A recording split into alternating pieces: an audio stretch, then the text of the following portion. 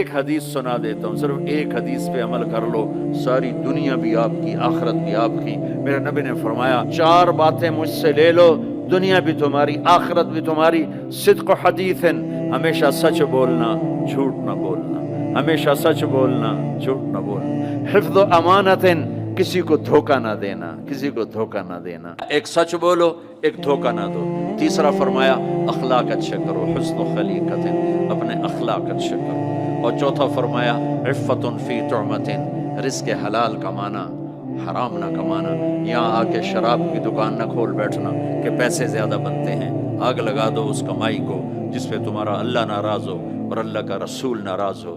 تمہارا ایک رینڈ جو حلال کا ہے تمہارے لاکھوں حرام کے رینڈ سے زیادہ اللہ کو محبوب اور پسند ہے، اور اس میں زیادہ برکت ہے۔ حرام کھا کے نہ کوئی سکھ کی نیند سوتا ہے، نہ سو سکتا ہے۔ اللہ کو بھلا کے نہ کسی نے چین پایا ہے، نہ پا سکتا ہے۔ یہ 4 باتیں آپ لے لیں، میں لے لیں تو ہماری زندگی یہ بھی خوبصورت، وہ بھی خوبصورت۔ سچ بولنا، سچ بولنا، کسی کو دھوکہ نہ دینا، دیانتداری، اخلاق اچھے کرنا، اخلاق اچھے کرنا، رزق حلال کمانا۔